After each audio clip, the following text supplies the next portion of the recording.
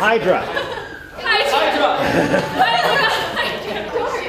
Yeah, that's it. And there's like all one body with different brains within it. And I don't know if there's really many differences, but yeah, we all had our different takes on the characters. And I used an example last night, but Sean, she has this line where she agrees with Creon, where she thinks that Creon's clean, clear, and organized. And right after that, I disagree with her. So even though we are all one, we all have different arguments based on our own truths and what their truths are and which truth we agree with. So that's how it was different. So it's kind of interesting to read the text and figure out from the text which course 1, 2, 3, 4, which one they agree with.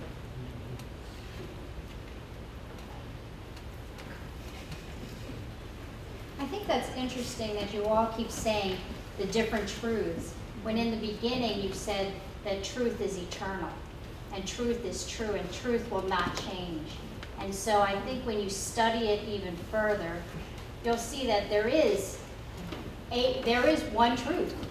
Because something that's all different truths isn't true. And so, I think you have to study the play even further. Yeah, just to embarrass my daughter because I'm having to express myself. You're in the right place. Getting deep. Yes? Another thing that the chorus had was just this absolute determination of what they were saying. Like, this is the way it is, this is how it is.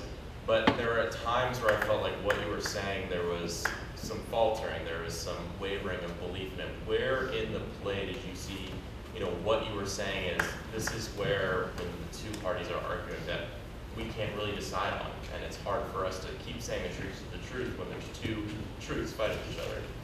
There's this one scene where I'm against Antigone because I take her out and I'm against her, but then right after that I get on my knees and I'm like her guardian angel, like listening to her and looking at her, taking her last breaths before she dies.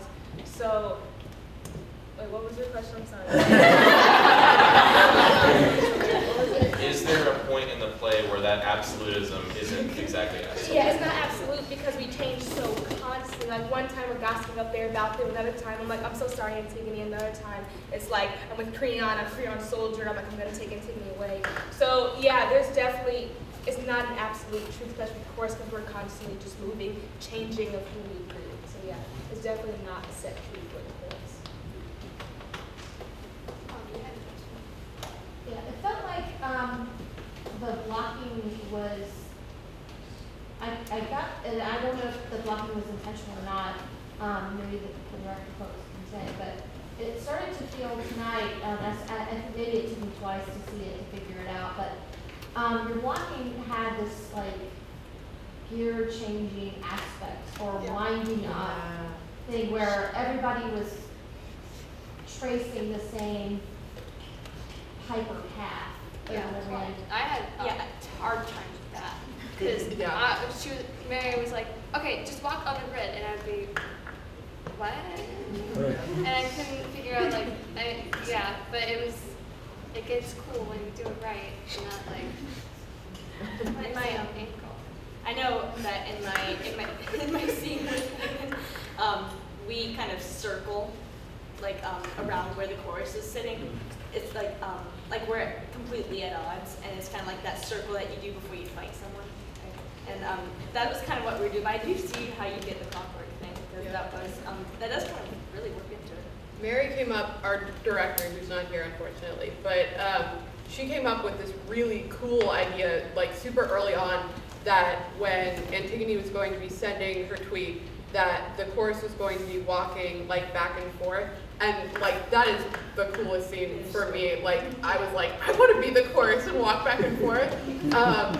But that one specifically was instead of Antigone walking around, which is basically whenever she's unsure about anything and she's trying to figure it out, and there's build-up. It was literally like the gears of her head spinning. Like these are thinking it through, moving. Instead of her moving, it was like the atmosphere was changing, her brain waves were changing, she was getting to a place of acceptance. But yeah, it was cool. That wasn't a direction that was in the script, and they came up with it, and I thought it was awesome.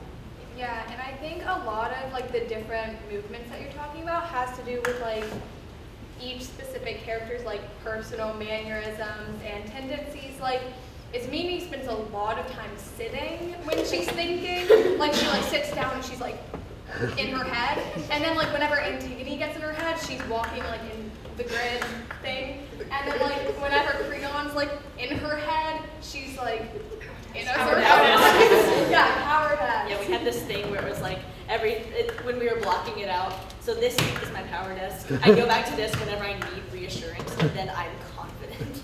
And so like sometimes in the blocking, Mary, our director, would just scream power desk. And yeah.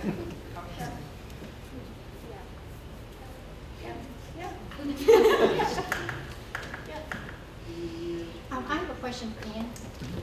So this is this production last night and today. Is that the first time that you've seen your play? Yep, absolutely. This is a brand new adaptation. It's written to tour 2 schools this year. Burning Hole will be taking a professional company on tour to various schools this year, and that was what was originally sort of written for. So I wrote specifically for high school audiences. But then Jerry said, "Oh, and by the way, we want to do Antigone for STC with a teen cast." It's like, "Oh, yeah, that's Can you hurry it up?" Perfect. Yeah, it's like, "Can we have this by the time?" It's like, "Sure, of course we can." So yeah, but this is in fact, last night I had a notebook. I'm taking notes, and I've got about 10% of changes I need to make still. So yes, this is the very first time I've seen it, and we'll be incorporating from this production into further drafts moving forward. What schools? I don't know yet. Okay. Yeah.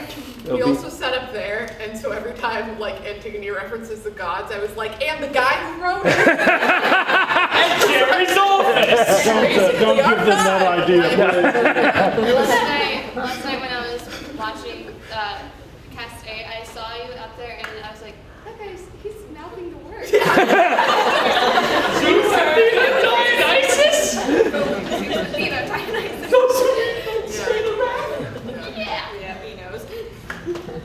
I do If there's that. any motivation not to screw up your show, it's when the guy who wrote it. So Yeah. And I was really impressed because you didn't drop any lines. I kept waiting for that because I know them all, and it's like, oh, well, those are actually all the words I wrote were said. That's a relief. That's so different than most of the time. Was it like how you envisioned it, or was it completely different? Oh, it's always much better. I mean, that's why I write plays, is because the thing I have in my head is this paltry, sad little thing, and then I mean, this is not to get too evangelistic about, but this is the thing that is amazing about playwriting, and for any of you who are writers, is nowhere else in our life do we get to imagine something and then it's made real, right? I think maybe architects get to do that, right?